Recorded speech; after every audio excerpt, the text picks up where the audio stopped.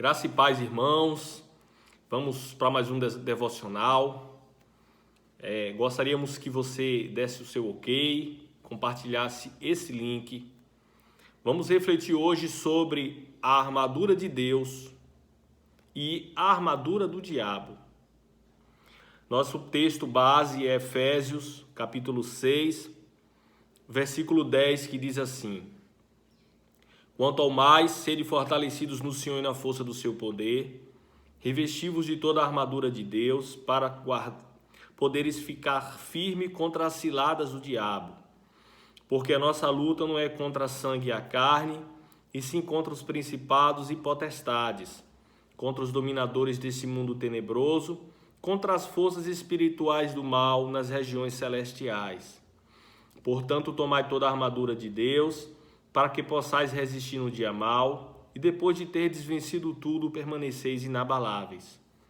Estais, pois, firmes, cingindo-vos com a verdade, e vestindo-vos da couraça da justiça. Calçai os pés com a preparação do evangelho da paz, e embaraçando sempre o escudo da fé, com o qual podeis apagar todos os dardos inflamados do maligno. Tomai também o capacete da salvação e a espada do Espírito, que é a palavra de Deus, com toda oração e súplica, orando em todo o tempo no Espírito e por isso vigiando com toda perseverança e súplica por todos os santos. Amados, o Evangelho, a palavra de Deus nos traz uma ideia de que o cristão ele tem uma armadura. E esta armadura é uma armadura dada por Deus para que nós possamos resistir contra as ciladas do diabo. Mas existe também, é objeto da nossa reflexão hoje, uma outra armadura que está escrito na Bíblia. E é a armadura do diabo. E onde é que fica essa armadura do diabo? No Evangelho de Lucas, capítulo 1, diz assim: quando Jesus estava em embate com os fariseus, ele diz assim: quando o valente bem armado guarda a sua própria casa, fica em segurança todos os seus bens. Sobrevindo, porém, o mais valente do que ele, vence-o, tira-lhe a armadura em que confiava e lhe divide os despojos. Então, aqui, Jesus fala que ele é o mais valente do que as forças espirituais do mal. E, então, nós temos dois tipos de armadura. Uma armadura que o cristão usa para se defender contra as ciladas das trevas e uma armadura que as trevas botam nas pessoas para escravizar as pessoas. E para eu trazer esse entendimento mais claro para a nossa reflexão, eu trago uma passagem de 1 Coríntios que diz assim: embora na carne não militamos segundo a carne, porque as armas da nossa milícia não são carnais, mas poderosas em Deus para destruir fortalezas, nossos sofismas e todo conhecimento que se levante contra o conhecimento de Deus, trazendo cativo todo pensamento à obediência de Cristo. Então nós cristãos, nós temos uma dupla finalidade. Nós temos que nos revestir da armadura de Deus, nos revestir de todos os instrumentos da armadura de Deus, justamente a verdade, que é a leitura da palavra, a oração, nos fortalecer com o conhecimento da verdade, com a couraça da justiça, que é justamente a justiça que não é a nossa justiça, sim a justiça de Cristo, que é imputada a nós.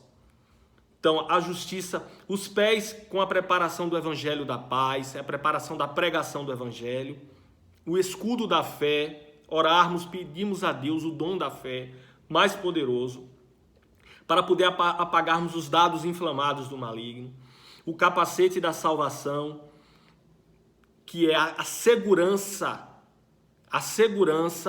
que nós temos, que não existe perder a salvação, né? Que o nosso Deus não é homem para que minta, nem filho do homem para que se arrependa. O nosso Deus, ele vai nos assegurar a salvação, é o poder da segurança na salvação. E, por fim, a espada do Espírito, que é a palavra de Deus. E se você for analisar esse último, é a espada do Espírito. Esse último requisito da armadura de Deus é justamente a pregação do Evangelho no poder do Espírito Santo. A espada não é nossa, a espada é do Espírito Santo.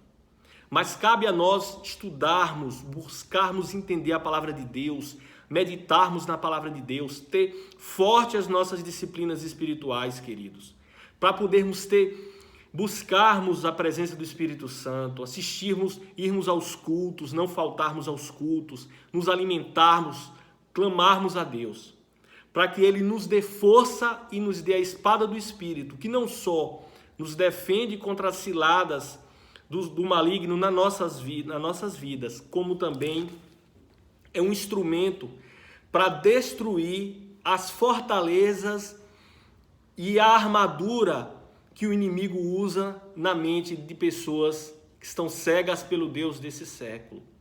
Então, a pregação do Evangelho, ela é justamente a forma que o cristão tem de destruir as armaduras do diabo.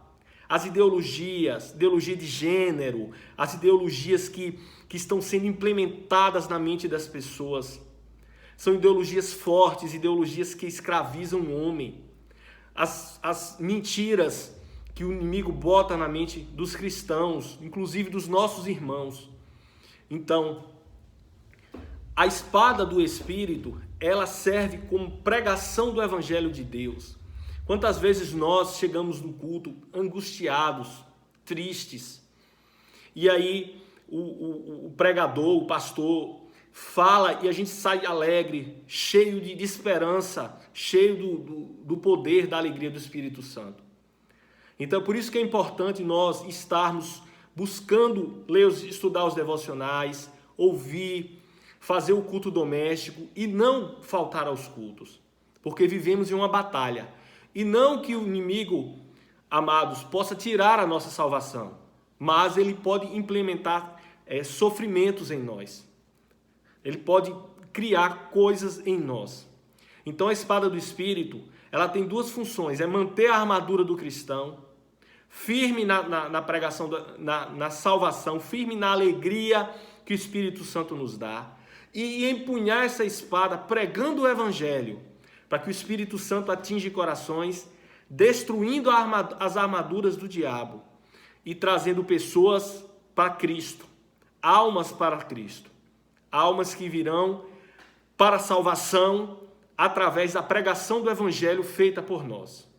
Então, que nós meditamos hoje e nos revestamos, amados, da armadura de Deus, buscamos orar com toda a súplica, buscar em Cristo poder espiritual, estudo da palavra, e preguemos o Evangelho, e falemos das boas novas, para que o Espírito Santo use a nossa palavra e liberte almas da armadura do diabo.